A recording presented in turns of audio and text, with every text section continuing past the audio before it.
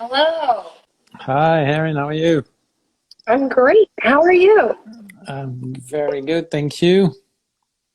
All right. So I Hello? think we should give it just a moment to let people join and then we'll get started. Yeah. How's your holiday going so far?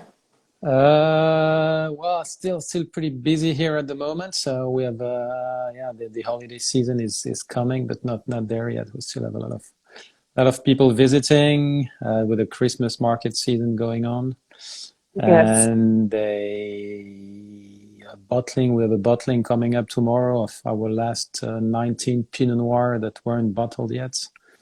And the last whites 2020 as well. So still busy in the cellar, plus all the ferments of the 21 still going on. You're a busy man. Yeah, it's getting a bit more quiet. January will be a bit more.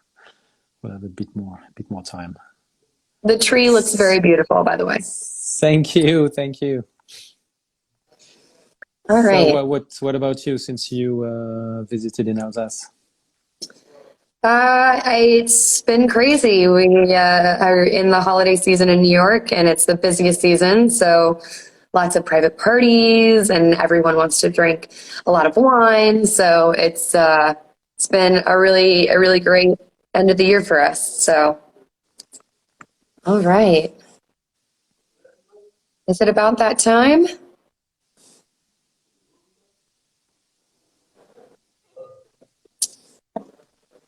All right. So shall we get started? Yeah. Excellent. So welcome everyone. My name is Erin Healy. I'm the wine director at Jumac Bonjum, and I am extremely excited today to be hosting Lunch with Alsace with the iconic Domaine Weinbach from Kaisersberg. So we have Eddie today joining us, Eddie Fowler of Domaine Weinbach, and we are going to talk about the amazing wines here, the terroir, and some of the very special things that they're doing there. So welcome, Eddie. Thank you so much for joining us. Thank you. Thanks, Erin and Drink Alsace US for having me today. Very happy to be with you guys. So I feel like a very lucky lady because I was just with you a few weeks ago. Almost, it feels like. I guess it's been about 6 weeks now, but I got the opportunity to visit the Domain and visit with Eddie in October and see this incredibly special place. And I just it's such an incredible place. I think when you pull around the wall of the Clos Capucin, you don't really understand what lies around the corner, and then you come through the gates to this beautiful house, and it sits right at the base of Schlossberg. It's quite dramatic. So do you want to start off by telling us a little bit about Kaisersberg, kind of where the domain sits, and a little bit about the history of the Clos? Yeah, so we are right by Kaisersberg, so one of the oldest, middle-aged type of villages in Alsace. About 10 minutes northeast of Colmar. And the winery, the Domaine, is a former monastery, actually, which is a bit secluded from the village. So we are about half a mile east of the village of Kaisersberg, between Kaisersberg and the next village, which is Kinsheim. So in the middle of the vineyards, of the historical vines of the Capuchin monks that built the winery 400 years ago. And so in the historical Clos des Capucins. Yeah, that's where our family has been for 120 years now, when they purchased the property. So the property was purchased in 1898, right? Yeah, yep. Amazing. And so the domain, is that it's the old monastery? Exactly. Amazing. And so the vineyard around, I think, I feel like I've been working with the wines for forever, but I didn't really understand what the Clos Capucin was. Can you explain a little bit about like this particular piece of land that we see on the label very often? Yeah, so it's the original estate of the monks, which is surrounded by the historical walls. It's a flatland, vineyard, so it's not located on the Grand Cru. I mean, we do have a lot of vineyards on the Grand Crus, but the historical clos is actually on the flatland, not on the hills. But and I think the monks didn't put vines anywhere, so they knew it was a great terroir. It's a very particular sandy soil that's lying on the granite pebbles. So it's an early ripening terroir with a very interesting balance of fruitiness and minerality, which produce some great wine across all the different grape varieties we have here, including on the red side with some Pinot Noirs. Amazing. Yeah. So we're going to be tasting through some whites today, but I know that one of my favorite things that I tasted when I was at the Domaine was the Pinot Noirs there. And I think that, people don't really associate Alsace with red wine, but across my visit, regardless, like there's some really incredible Pinot Noirs that would compete with red Burgundy, being produced across the region. Is there a particular reason that you think Pinot Noir is so well suited in the region, or is there a changing climate that is making the red wines even better? I think it's a mix of different things. Historically, there was always Pinot Noir in Alsace, but I think it just wasn't the focus of all the winemakers here. Clearly, the focus was the whites, and the Pinot Noir was a bit on the side. It was made as a very light rosé. There were not a lot of efforts put in the farming and the winemaking of Pinot Noir. But I think 15, 20 years ago, a lot of producers, and including ourselves and a lot of our friends and colleagues here in Alsace, realized that we had the climate and the terroir to be producing Pinot Noir that were at least as great as in Burgundy. Obviously, we had to climb the learning curve, because you don't learn what the Burgundians have learned over 100 years. But the climate and the soil is there, and I think as Burgundy is now getting maybe almost too warm for Pinot Noir, we have probably a few good decades here in Alsace to be producing some very, very interesting Pinot Noir with more variety, more diversity, because we have limestone soil as well as in Burgundy, but we also have granite, we have slate, we have volcanic, we have sandy soils. So a lot more diversity and a lot of different shades and styles of Pinot Noir. So for those of you who haven't tried that, I know they're still maybe a bit confidential on the US market because it's a small part of the Alsace production, but try to get your hands on a good bottle of Pinot Noir from one of the great wineries in Alsace, and I think you're in for a treat. Even more so considering the value for money on Alsatian Pinot Noir nowadays compared to Burgundy. 100%. You mentioned the terroir briefly, and I know we're going to talk about it during the tasting, but I think one of the interesting things that maybe we don't talk about when it comes to Alsace quite as much is this kind of like really interesting patchwork quilt of terroir that exists along the vineyards. And I don't think I really grasped it until I stood there and walked from Altenburg to Schlossberg, and you physically see the difference. It's quite unique. Do you want to touch on maybe why that is and kind of how that is in Alsace a little bit? Yeah. So I think it's quite unique. I don't know of any wine region in the world that has such a diversity of geology, of terroirs as Alsace. Maybe California comes in as a close second, but it's much bigger than Alsace. And historically, the reason is there was a lot of movement, of tectonic movement in Alsace. There used to be a sea for hundreds of millions of years, which created a lot of sedimentary layers of limestone and marl and then after that, it was a mountain that eventually cracked open with a Vosges on the west side and a Black Forest on the eastern side. And when it opened, it basically exposed different levels, plus all the erosion that occurred on different places at different levels on those foothills. That's what explains how you end up today with a range of about 15 different families of soils and terroir, going from volcanic and granite for the oldest layers geologically, to slates, limestone, marl, sandstone, sandy soil, alluvial soil. So a really interesting diversities that is expressed, that finds a very interesting expression, especially in the Riesling, which I think is a very transparent vessel for terroir expression. It's something that I think people think less about with Riesling and a little bit more with Chardonnay. But, I think I mentioned to you when we were tasting at the Domaine that, especially the Rieslings from different places, it really struck me almost as white Burgundy strikes me, with this kind of very strong sense of place based on the different soil types and the different terroir that the Rieslings are sourced from.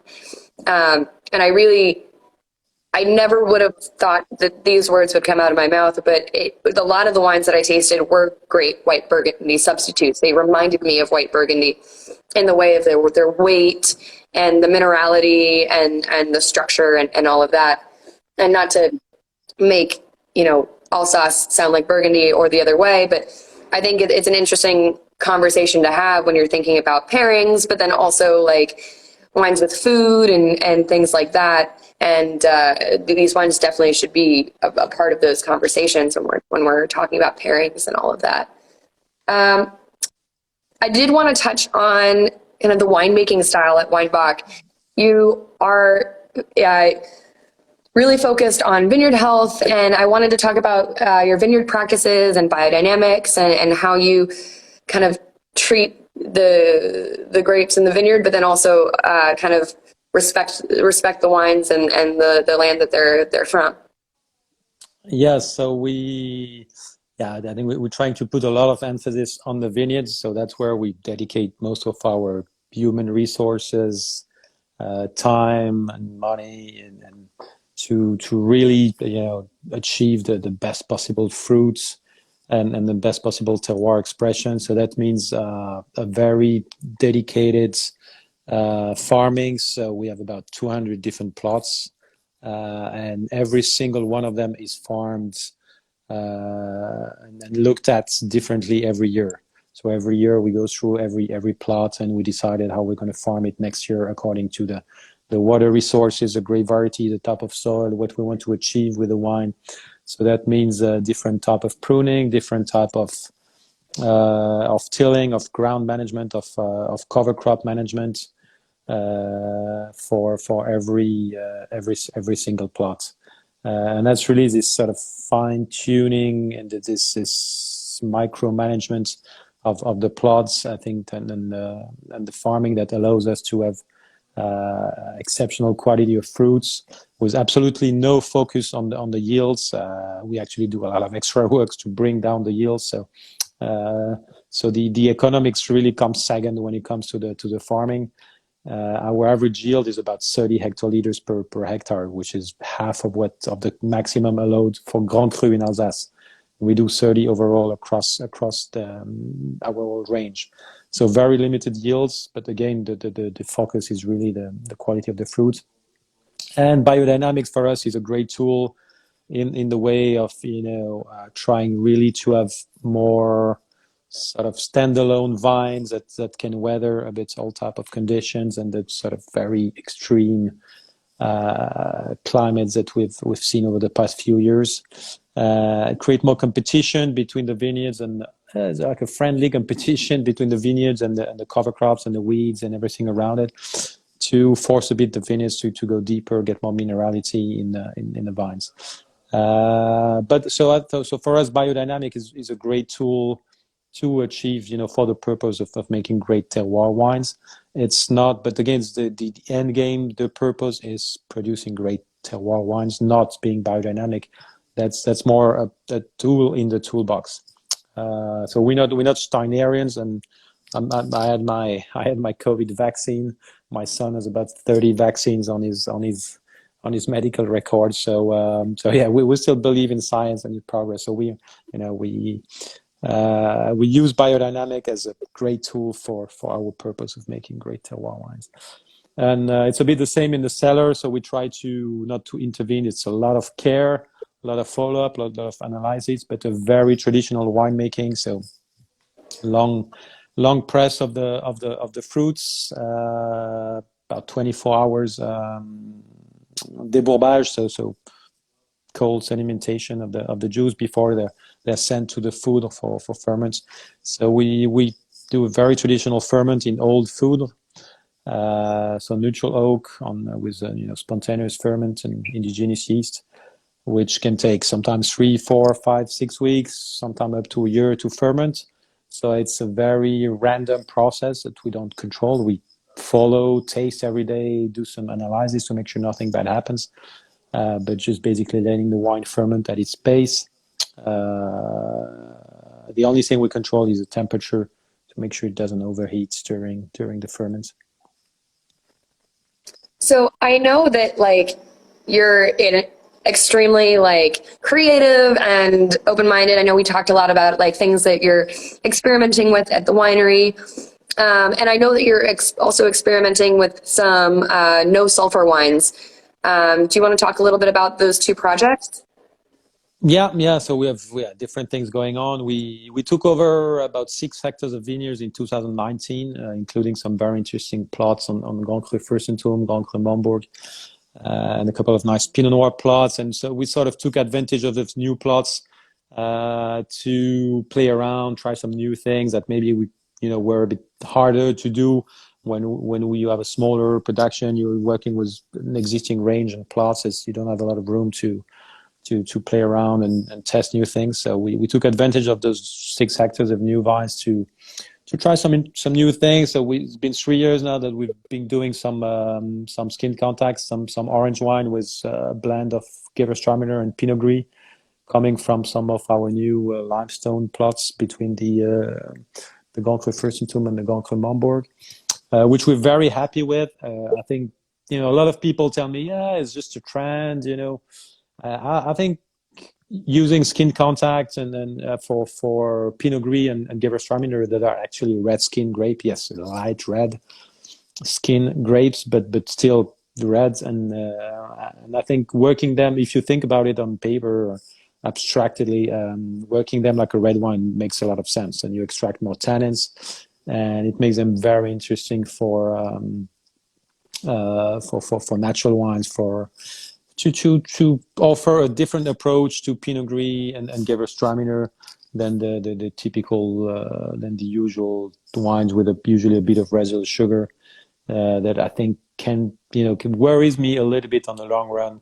Those two grape variety in terms of white wine direct press, because they tend to go up very high in sugar, and 20-30 years down the road I think will start to be very, very difficult to produce dry balanced Pinot Gris and off-dry balanced Gewürztraminer in Alsace. So I think working them like red wine, like our Pinot Noirs, makes a lot of sense. And when I taste some of the food pairings you can do with those wines, I'm really convinced that it is more than a hip and more than a trend. And people will learn, because one of the main criticism is when you do natural wines, whether it's direct press Riesling or orange wine, you don't recognize the grape variety, you don't recognize the terroir. I'm not sure. The only difference between our orange wine and our Pinot Noir is that it's, instead of going into oak barrels after that, it's aged in food or in stainless steel. But it's basically a red wine made with different grape varieties. So as you learn and get used to those wines, I think you will be able, within a matter of years, of finding the terroir behind them and the grape varieties. It's just a new frame that we have to get used to. So that's for skin contact. For Riesling, natural Riesling, we've tried a few zero sulfite Rieslings as well. I think they produce some very interesting, easy drinking Rieslings. I'm not convinced, though, you can make a great Vanguard, a great 20, 30, 40-year-olds cellaring Riesling with zero sulfite. It's a variety that's very sensitive to oxidation. So again, I think you can make some great easy drinking, quick shifting, quick rotation Riesling with zero sulfide. But if you want to make great terroir Riesling that can age for decades, I'd rather use a little bit of sulfides for those. But I think there's a market, and there's and the consumers will find the right wine for different moments and from different purpose. Definitely. There's something that I think we've touched on a couple times, but I think is important to talk about is kind of the changing climate in Alsace, and some of the challenging year that you had this year, but also the kind of trend of where climate and the types of vintages that Alsace is having, like where this is going, and how you're handling it as a domain, and what you think the direction Alsace as a greater region is taking with these challenging vintages and also changing vintages. Yeah, I think as everybody we know, we've witnessed drier, harder vintages. This year was really a point outside of the curve. So the curve is drier, harder. This year was completely different with a huge amount of rainfall, a lot of mildew. Never seen so much mildew and rainfall in 100 years. So a very difficult vintage to deal with, very different from the trend we've seen over the past decades. But I think it's just a good illustration of how crazy, wacky the weather pattern is going. The trend is still going to be harder, drier, but I think we'll have more and more crazy vintage like this one where it's completely outside of the curve. And so this year was very challenging because of the rain and the mildew pressure. But in general, over the past few years, the challenge has been more on the side of the lack of rainfall, very dry, which can be very difficult for Riesling, especially on very draining soils like granites. And the increasing delta or gap between the phenolic ripeness and the sugar maturity. I mean the sugar level of the juice of the fruits, which I think for Riesling is not an issue, but maybe more so for Pinot Gris and Gewürztraminer. So as in a lot of region, you've seen maybe the alcohol level going up a little bit. Although when I look back at our wines and the ones we were producing always 20, 30 years ago, our Riesling, our Pinot Gris, our Gewürztraminer already at 13.5, 14 degrees alcohol 20, 30 years ago. So actually, I think from a alcohol content, alcohol potential, our wines are not that different from what they were 20, 30 years ago. It's getting a bit more difficult to deal with the lack of water in some vintages. And the acidities are going a bit lower sometimes. But again, in the past, we were used to leaving a few grams of residual sugar in the wines. So if you leave a bit less or zero, make them bone dry, I think you can still achieve the very same balance and freshness in the wines. But of course, we're trying to adapt, we're changing the rootstock system. People in the past used to be using a lot of supposedly high, quality, low yielding rootstock, which happened to be not struggling with drought, with lack of water. So now we're shifting the rootstock strategy. We're changing the training system. We used to have a lot of north-south training system. Now we're switching a lot to east-west training system, different rootstock. So there's a lot of tweaks, a lot of things we can adjust and tweak here and then to cope with the global warming and the changing weather. So far, I think we're still coping, and we probably have achieved a lot more consistency. I think in the past, some years were very difficult, and now if you look back at the past, 10, 15 vintages in Alsace, there are a lot of really great vintage with power, balance, freshness. I think there are some worrying aspects in global warming and changing weather forecasts, but in terms of sanitary conditions of the fruit, weather during the harvest, it's mildew pressure. This is all going to, it has been fairly easy, and we're producing some really great wines over the past few years. And it's opening the door for, Pinot Noirs is getting easier, of course, to achieve the consistent ripeness year in, year out. So overall, I think we've seen a lot of very great vintages over the past few years. Now, of course, this trend will probably continue in the future, so we have to think forward and adjust. And for that, I think there are a lot of different options. We can change a bit grape varieties. So in our case, we'll be planting more Pinot Noirs and overgrafting more Pinot Noir. We'll be overgrafting Syrah and Grenache on Grand Cru Schlossberg next year. There's still, if you go up to the forest in the valley in Alsace and you walk around the forest, you'll see a lot of old terraces in the forest. And there used to be vineyards higher up in the valleys. Like nowadays in Alsace, the vineyards are usually between 200, 400 meters elevation. There used to be vineyards at up to 600 meters elevation in a lot of valleys in Alsace. Those were abandoned and the forest came down upon those old terraces. And I think there are a lot of places that we can actually reclaim and go up the valleys and up the hills to find a bit more freshness and cooler temperature if needed.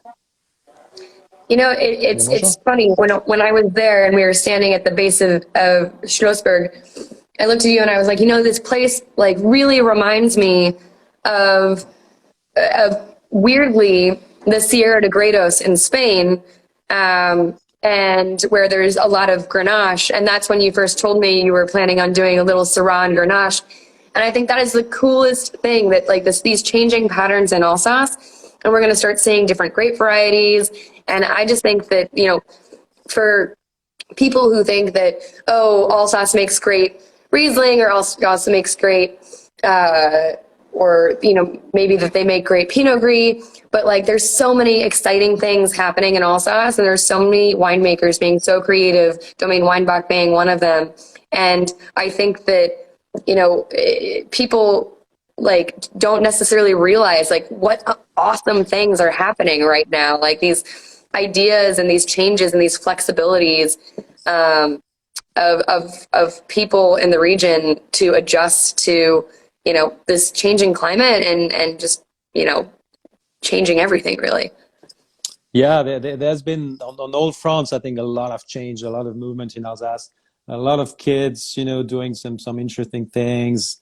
So it's great to see this dynamic. I think it has changed more in the past 10 years than it changed over the past 50 years. So sometimes it's getting too fast or too far, you could think, but I think a lot of things, and you have to experiment. Some of it's trial and errors at the end of the day. So some of the trials, some of the things will probably maybe won't work out.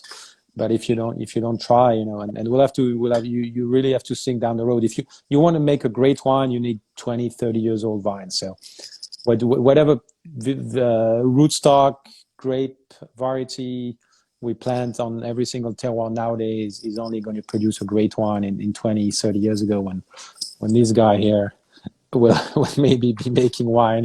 So yeah, you have to think down the road. If you keep on doing the same thing over and over, at some point you're gonna get hammered in the back by climate change, by lots of different things. Absolutely. All right, so since it is Lunch with Alsace, I want to talk about the wines and what we might eat with them. I guess it's apéro for you, so it's a little cocktail hour, but for us, it's just barely past noon. I know you wanted to start with the Pinot Blanc. So we have the Domaine Weinbach Pinot Blanc here. Yes. 2018. So this is labeled as a Pinot Blanc. It's actually a co-ferment of Pinot Blanc and Auxerrois. Auxerrois being a cousin of the Pinot Blanc. It's an old hybrid, an old crossing of Gouais Blanc and Pinot Noir. So it's part of the big Pinot family. Auxerrois is a bit fatter maybe than Pinot Blanc. They go well together. The Pinot Blanc has a bit more zing, a bit more acidity. The Auxerrois brings a bit more fat. Very floral, white fruits, stone fruits, aromatically. And those make, of course, a classic pairing here in Alsace is with tarte flambée, flammkuche, the Alsatian pizza with sour cream and onion and bacon. It was on the flatbread dough. But it's I've drunk a lot more Pinot Blanc over the past couple of years with sushi and sashimi. I think it's really one of the great, when it's made dry, of course, again, but really one of the great wines that go very well with some of the Japanese, typical sushi, sashimi. I think Riesling sometimes is can be a bit, a bit sharp for those fat fishes.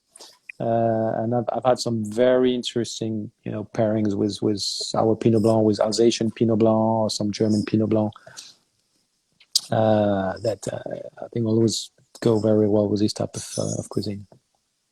Yeah, I mean, for me, when I do pairings, I always really love playing with texture, and Pinot Blanc, I think, is one of those wines that brings just such a pleasurable texture.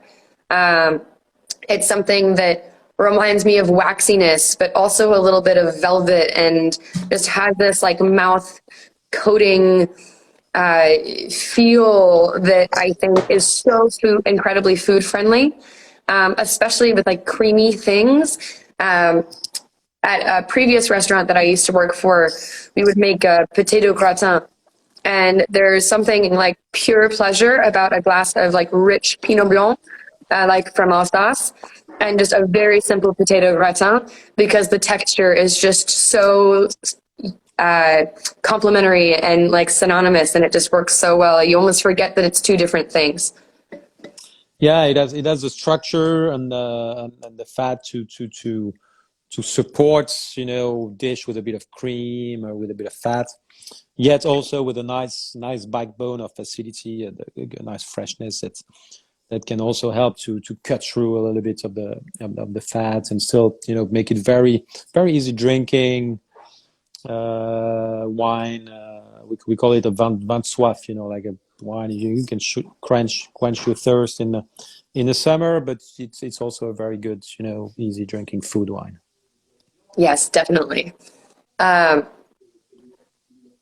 far as Pinot Blanc goes, I think that sometimes it gets a little bit, it gets overlooked a little bit. It's something that I think is especially in this style is a very serious wine.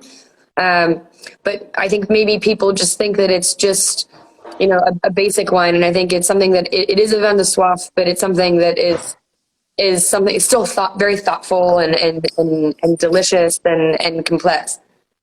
Yeah, and I think it's sometimes overlooked because also it hasn't necessarily been planted on the best soils.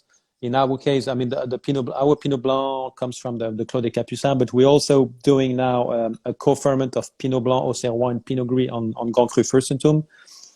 And I think that really shows the potential when you really start farming it on the Grand Cru and some of those great terroirs. I think you can get wines that are really structured and that have nothing to envy to Chardonnay for sure, and to Riesling or the grape varieties. But of course, yeah, because I think maybe in Alsace we maybe oversold the idea of noble grapes and less noble grape varieties, because some of them were allowed on the Grand Cru and the other not. But I think you can make some really interesting Pinot Blancs on great terroir as well, whether it is 100% Pinot Blanc or together with other grape varieties. And this is coming from the Clos Capucin, which is in the sandy soils at the base of the valley.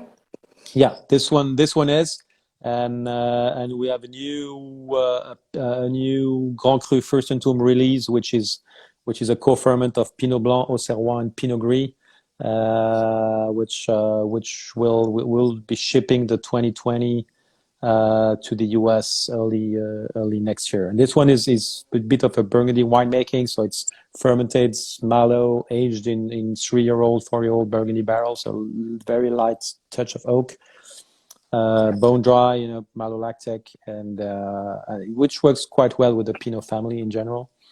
So that's a bit bolder, bigger style of Pinot Blanc that you'll see from this very interesting marl and limestone soil. You'll see it on the US market at some point next year. Amazing. I'm very excited to see that. All right, shall we move on to the Riesling? Yep. So, Cuvée Colette. Yes. So Everyone can see here. This is the Domaine Weinbach Riesling Cuvée Colette, 2019. So Cuvée Colette is a single vineyard Riesling that comes from a block of 3 hectares of pretty old, yes, 60 years old vines that were planted by my grandfather on the lower part of the Grand Cru Schlossberg. So we are on the granite, we're on the hill of the Grand Cru Schlossberg, just beneath the Grand Cru limits. So we are on the lower third part of the hill. If we're in Burgundy, that would be a Premier Cru. In Alsace, we're still, trying to get our heads around and put those hierarchy pyramid together. But this is, in our range, at least, clearly a Premier Cru wine. So we're on granite soil, a bit more topsoil than on the top part on the Grand Cru Schlossberg, but you already have this very, chiseled minerality. Very elegant minerality that you also find on the Grand Cru Schlossberg. Sometimes it was even a bit more zing, a bit more acidity here on the Cuvée Colette on the lower parts of the Schlossberg. So it's pretty sharp mineral. Yet it's not too austere. We're not on limestone. We're on granite, so it's a very subtle minerality. It's not petroly. So pretty sharp mineral, but with a lot of structure and a lot of texture behind it. And so the 19, very long ferment on the 19. It went through malolactic. Took about a year to ferment. So very long ferment, very long aging on these in the food. Spent about a year and a half in the food. So very, very textured Riesling, fat, but with sharp acidity. So much acidity here. And just this wonderful peachiness, like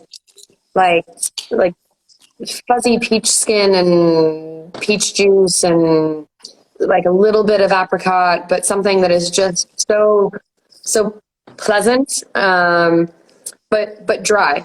And so, speaking of Riesling, the reputation for sweetness, and kind of the association with the bottle shape.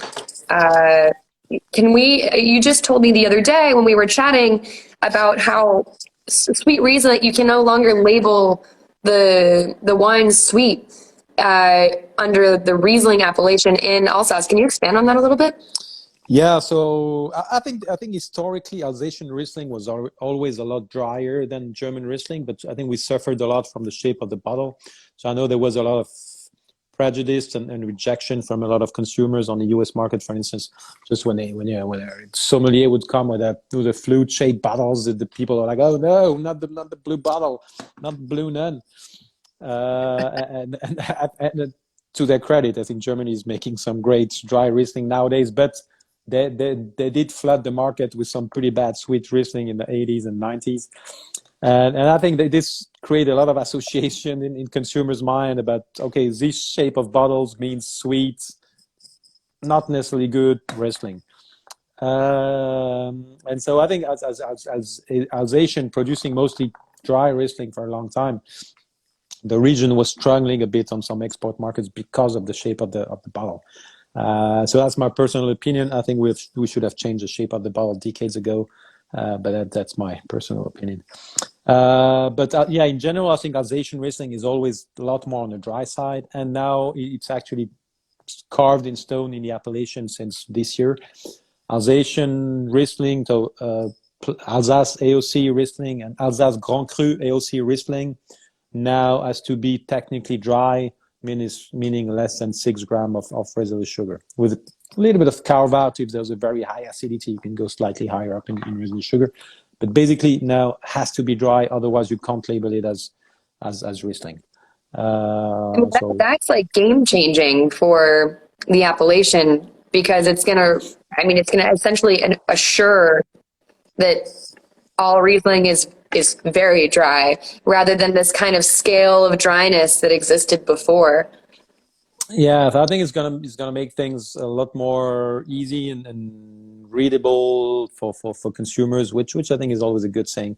It doesn't mean that you make it simple. You don't make it less good or less focused. It's is just trying to help the consumers and making it more understandable for them, and not losing them in the middle of all those type of wines.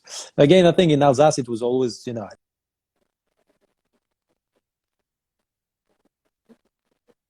Oh, I can't. more on the sweeter side, but can you hear me? Oh, I can hear you now. Yeah. Oh, maybe I was cut because of that. Yes, sorry. Keep that. I need to block my phone. So it would stand, and now I think it's going to make it easier. So I think it's very good in general for Alsatian wines and Alsatian Riesling especially. It's going in the right direction. Do you think that, and not to sidetrack from Riesling for the moment, but just on the conversation of sweetness, do you think that that opinion of sweetness also helps or hurts or affects the other noble grape varieties in that sense, like Muscat and Pinot Gris and Gewürztraminer? Do you think people hesitate to drink those wines because of the bottle shape or the association with sweetness in Alsace in general? Or I think the association of the bottle shape for sure. Muscat, it takes a bit of knowledge of the region. I think people are often misled also by the Muscat, because Alsace is probably one of the only region in the world that makes dry Muscat. People tend to associate Muscat with sweeter wines from southern France or the other countries that do a bit sweeter type of Muscat.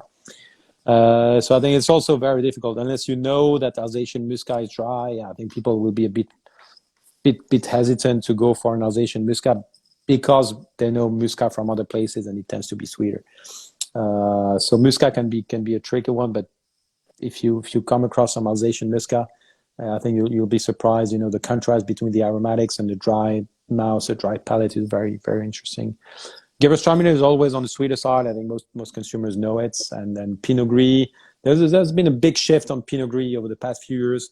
It used to be a bit of off-dry, slightly sweet in Alsace. A lot of producers, including ourselves, have really gone towards drier Pinot Gris now. So it's extremely food-friendly, very versatile. So I think there's some very interesting Pinot Gris coming out now.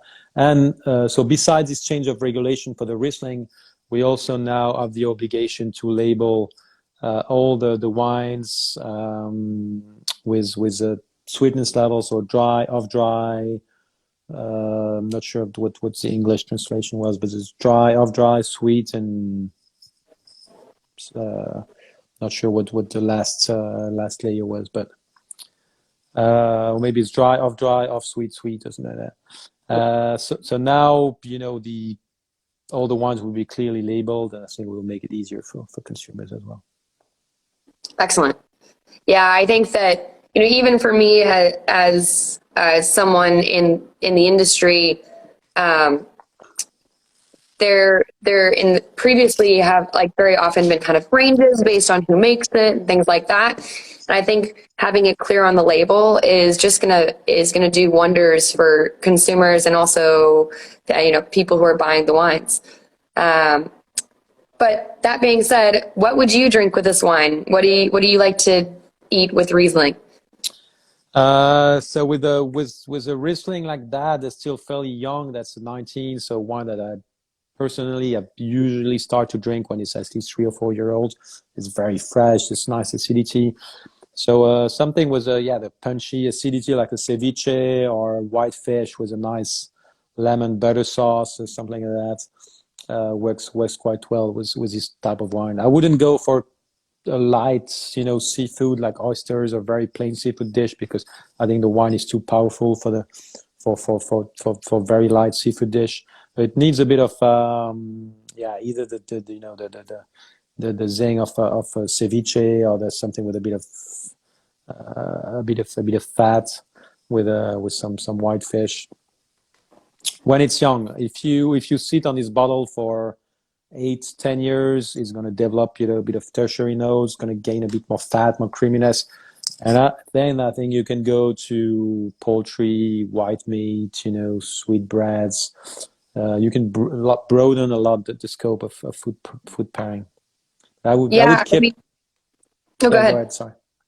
I would stick to fish when it's young, and then after that, after a few years, you can expand to fat fishes and white meat, poultry, and stuff like that. I have to say it makes me think of like Christmas, and my husband's family is Italian. They do the Feast of Seven Fishes. And this is something that like really makes me want to like eat that meal right now. Uh, no, I mean these wines are incredibly versatile, and like I think that you make a great point, like with poultry as well. But they can be so savory, and I think that even pairings with something like goose or duck is something that would go really really nicely as long as it has like a fresh preparation, like duck in the springtime when you're pairing it with green vegetables and things like that, or vinaigrettes. The acidity, it just cuts through the fat. It's just, I think they're white wines that can go incredibly far with pairing Yeah. for all different kinds of things, and even things that we would traditionally put red wine with. Yeah, but I'm seeing a lot of people now trying or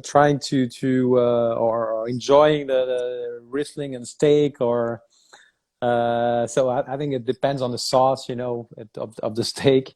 I think it can work with a you know very undercooked like blue steak with no sauce, just like the grilled, because I think the minerality of the Riesling can cope probably quite well with this sort of metallic feel of the blood of the very raw meat.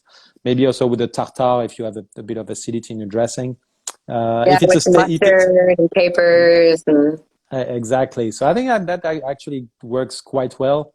Not too sure if you have a steak with a more like a very reduced sauce, like a lot of extracts and so very very very thick, very strong sauce. I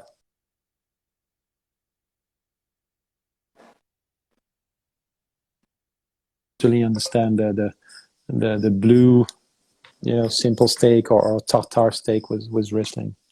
but we can always save the Alsatian Pinot Noir for that. Exactly. So I do want to move on to the Pinot Gris, the Cuvée Sainte Catherine 2018.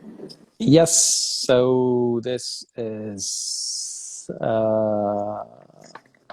Pinot Gris. We're still on granite soil. It's a few plots, a couple of plots that are inside the Grand Cru Schlossberg actually, but also a couple of plots that are outside just beneath. So it's not claimed as Grand Cru, of course. But we're on the hill of the Schlossberg on granite soil.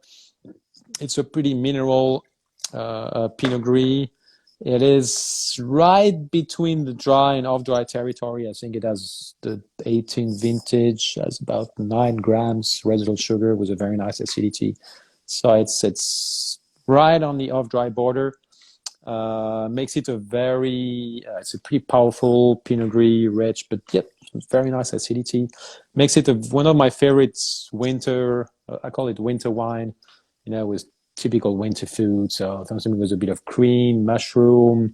The truffle season the white truffle season is ending. The black truffle season is starting.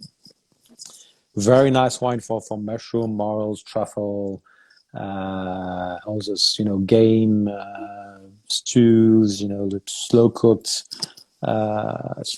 meats. All those typical winter dishes. And that's a wine where you actually, especially with a few years of cellaring, you get a lot of earthy, smoky truffle notes on the nose, which makes it great for those dishes. I mean, you said morels, and now all I want is morels and cream. Like, just, I mean, the mushroom characteristic of this wine is something that is quite striking and makes me very hungry. But it's a wine that like I don't always associate acidity with Pinot Gris, but the acid is so bracing that I don't even hardly feel the sweetness. It drinks so clean and basically dry that you can hardly tell that there's 9 grams. Yeah, but it is the few grams of added sugar and the fats, the structure, the phenolics of the Pinot Gris really make it, good pairing with pretty powerful, creamy dishes. And I think it's probably one of the most underrated grape variety we have here in Alsace. Again, not necessarily 100% Pinot Gris up together with other grape varieties, but it's very versatile, very food friendly. Maybe not as transparent to the terroir as Riesling, but much more versatile as in terms of food pairing. I mean, with this type of Pinot Gris, you can do a whole meal. You can do fish, you can do meat, you can do poultry, risotto, you can do cheese. You could even maybe venture into a couple of desserts if they're not too sweet. Yeah. What would you say to someone who doesn't really understand the difference between Pinot Grigio and Pinot Gris, as they are the same variety but just expressed in such different ways? Yeah, I think they're even difficult to compare because they're so different aromatically from a structure perspective. It's hard to explain how they can be related. They are the same grape variety, but it's just so the soil type, the climate, the way it's made, farmed, makes it a completely different bird. And so I think the porch pounder, Italian Pinot Grigio, and very light, easy drinking. It's completely different from what it turns out to be in Alsace, which is a lot more structured, much more food wine here than its Italian expression. But yeah, I think it's so many factors. It's it's the same grape, but probably the Massal selection, the genetic material is slightly different. Different climate, different soils makes it a completely different bird. I think you have on one side a very easy drinking light wine, which has its purpose as well, and I myself like a very easy drinking light wine once in a while. Alsatian Pinot Gris is much more food wine, not something I would personally have as an aperitif. So really, for me, really more food wine. Excellent. So we have a few minutes left, and I wanted to ask about some of your favorite Alsatian holiday traditions, because it is the holidays and you have a beautiful Christmas tree in the background. And I think that, here in the States, we have certain traditions, but I would love to learn a little bit more about some holiday traditions in Alsace, especially because you're so close to Colmar, and I feel like Colmar is just like the Christmas capital of the world. Yeah. It's Colmar, Kaisersberg, all the Christmas markets we have in this town. It's really it's really like cartoony, Christmas feeling. A lot of people when they come here, sometimes they think it's fake. It's so crazily cartoony, that people think they don't believe us when we tell them, no, those houses with those colorful houses, they've been here for like 400, 500, 600 years. It's not a tourist attraction. It wasn't built 10 years ago. It's been here forever. That's the way it looks here, and that's what probably inspires a lot of the stories and the kid cartoons and the Christmas aesthetic that you see in movies and stories. So that's why I think people love coming here at the season. Everything is very well decorated, and so we like to go to the Christmas market and hang out with friends, have a vin chaud. How do you call that in Mulled wine. So it's you can make it white with some apple juice, but it's mostly so you have the white vin chaud, the blue wine, so with spices and apple juice, or you can make the red wine the red variety. So it's red wine with spices, cinnamon, orange zest, a bit of lime. I Very have to get your refreshing. white. I have to get your Very, white Blanc recipe because I've always made it with red, but that sounds delicious. yeah, the white version is actually quite nice with apple juice, and it's really good, very refreshing as well. As you drink it very hot outside in the middle of the Christmas market. It actually snowed last year, last week, so we had a bit of snow, and then it's very nice to hang out with a hot wine glass in your hands and just chit chat out there and with the kids and. Hopefully the snow is melted over the weekend, but we will have some snow again in a couple of weeks. And yeah, a lot of the dishes, it's foie gras season because, okay, we do have foie gras. You will find foie gras in the restaurants all year round here in Alsace, but typically us Alsatian, we mostly eat foie gras during the holidays, not so much in the rest of the year. So we would make it ourselves or get foie gras from our chef friends or restaurateur friends. And an interesting thing about foie gras here, if you ask a lot of winemakers in Alsace, they would, during our Christmas dinners or holiday dinners, we would eat the foie gras between the cheese and the dessert. Typically in restaurants, you would have the foie gras as a starter, which is nice, but it's a heavy dish, so then already, and to get a wine that would go well with foie gras, you'd go with a pretty fat structured wine, so then it's difficult to go back to a lighter wine. So we like to have the foie gras after the main dish, maybe after the meat, and right before the cheese, so you can actually switch to a bigger, maybe slightly sweet wines that you can keep the same wine for the foie gras and the cheese, and maybe even for the desserts. So it flows a bit better, the meal, rather than having the foie gras as a starter, and then you immediately start with a heavy hitter, both on the food side and the wine pairing side, and it gets very, very difficult afterwards. Well, outside of being excellent winemakers, you are also very practical. That makes so much sense. It makes so much more sense. It does. On that note, I believe we are reaching the end of our hour. I wanted to ask, is there anything else that you want people to know about the Domaine? Any final words about Domaine Weinbach or the wines of Alsace or the wines we tasted today? Well, yeah, be aware of the some of the new things coming up. Try if you can find some Alsace Pinot Noir. Just don't hesitate and try it.